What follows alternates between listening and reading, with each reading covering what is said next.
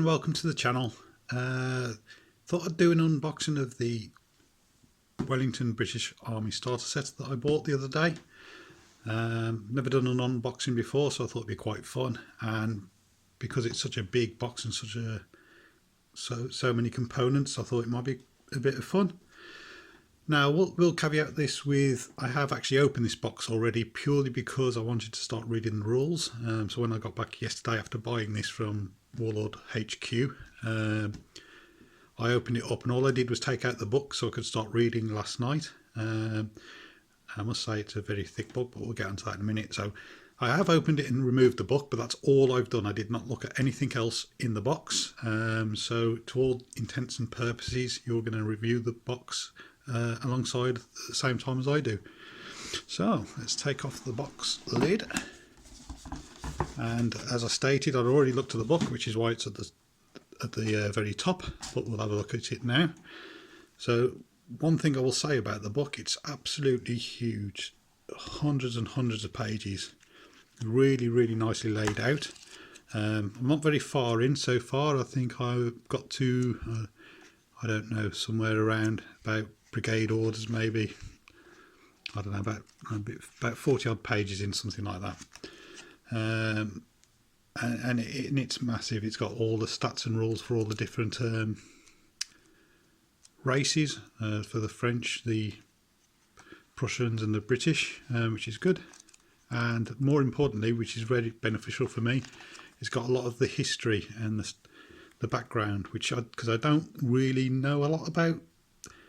I mean, I've heard the names and things like that, but at school I didn't learn any of this, so I don't really know a great deal about the background of it. So I'm really looking forward to reading the narrative and the actual true history of events. So yeah, very good book. Okay, next item. I'm going to get rid of these first because there's not much to them. That's going to be the bases that the infantry and horse and cavalry and I guess commander stands all sit on, but quite a lot of those. So let's get to the fun stuff. Okay, so I don't know how well these are going to be picked out on camera. They come across a bit pinkish on camera, a lot redder in reality. That's obviously my dining room lighting. But I have one stand of these that I got actually from the Warlord Open Day. It's actually this very stand I'm looking at now, looking at it. And for such tiny little figures, the details are very crisp. I don't know if I can get that to focus. There we go, just about doing it. Upside down, apologies. I can't get it any closer because of the way the camera's situated. But yeah, very nice models. Very crisp details. Upside down commander, I'm afraid, but see if we can get that to focus. Ooh, go on, focus. Nope, doesn't want to do it, does it? But yeah, very nice. So I have no idea. Well, I'm guessing this is obviously the infantry sprues. There's 1, 2.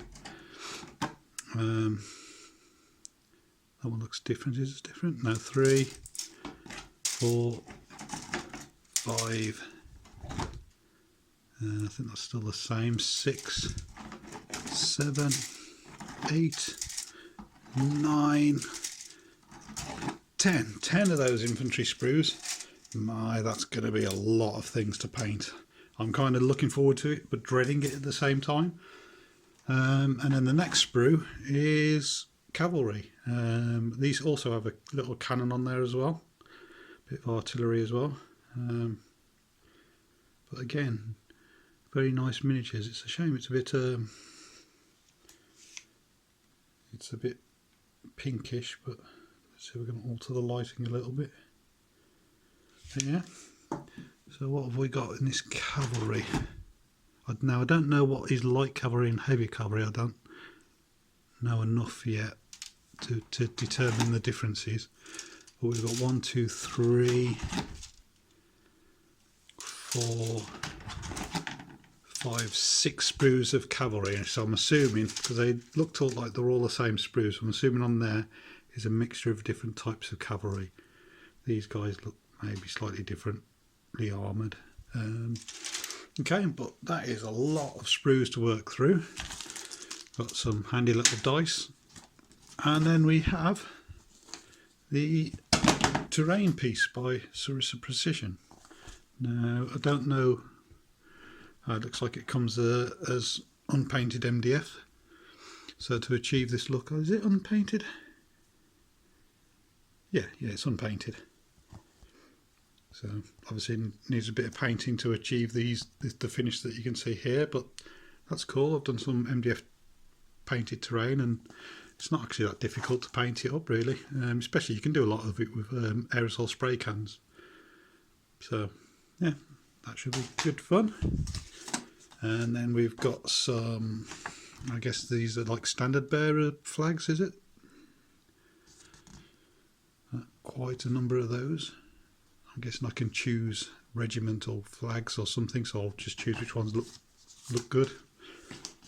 And then what have we got here? Oh, brilliant! A painting guide, which is going to be perfect because I have no idea of the colours involved, and this will help me identify all the cavalry, which is perfect. Oh, that is a really nice bonus. And it's got detail about how to base them as well. So yeah, that is really useful. I'm glad that's included in there, because I just don't know the truth about this era and how they would look. That is really cool. Okay, and that is it. That's the full contents of the Wellington starter set. Huge box set really, and I'm looking forward to building them and painting them, and maybe I'll try and do some painting tutorials as well.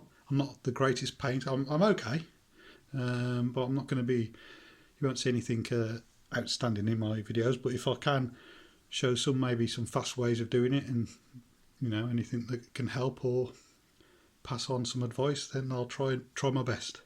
All right, thank you very much. Bye bye.